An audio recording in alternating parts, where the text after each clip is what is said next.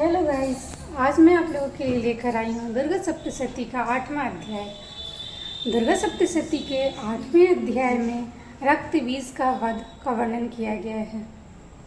चंड मुंड और उसकी ढेर सारी सेनाओं का संहार हो जाने के बाद शुंभ निशुंभ को बड़ा क्रोध आता है। उसने अपनी सारी सेनाओं को युद्ध के लिए कुछ करने का आदेश दे देता है। शुंभ निशुंभ की ढेर सारी सेनाएं माँ दुर्गा देवी से युद्ध करने के लिए कुछ कर देती हैं।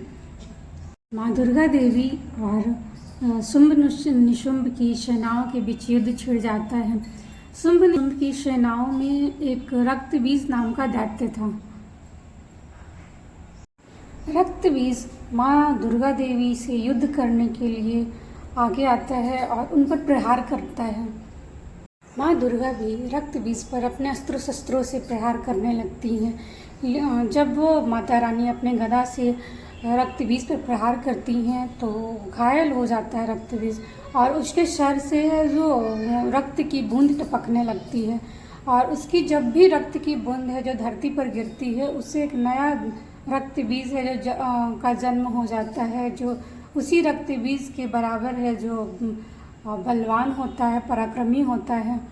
जब भी रक्त बीज चोटिल होता है उसके शरीर से जो रक्त गिरता है उससे एक नया रक्त बीज उत्पन्न हो जाता और ऐसे करते करते रक्त बीजों की संख्या है जो सैकड़ों की हो गई थी। दुर्गा देवी और सैकड़ों की संख्या में रक्त बीजों में युद्ध छिड़ जाता है। रक्त बीजों का अंत करना बहुत ही कठिन हो रहा था।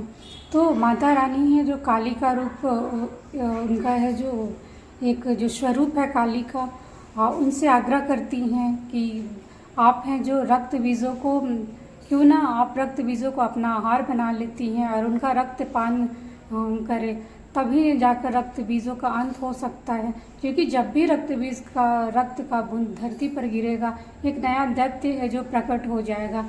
तो उससे छुटकारा पाने का बस एक ही उपाय है कि रक्त बीज का एक भी रक्त है जो धरती पर ना गिरे, और उसका सिर्फ एक ही उपाय है कि आप रक्त बीजों को अपना आहार बना लें और उसका रक्त पान करने लगें। माँ काली एक एक कर सारे रक्त बीजों को अपना आहार बनाने लगती हैं, उनके रक्तों को जो रक्तपान करने लगती हैं और इस प्रकार रक्त बीजों का अंत होता है।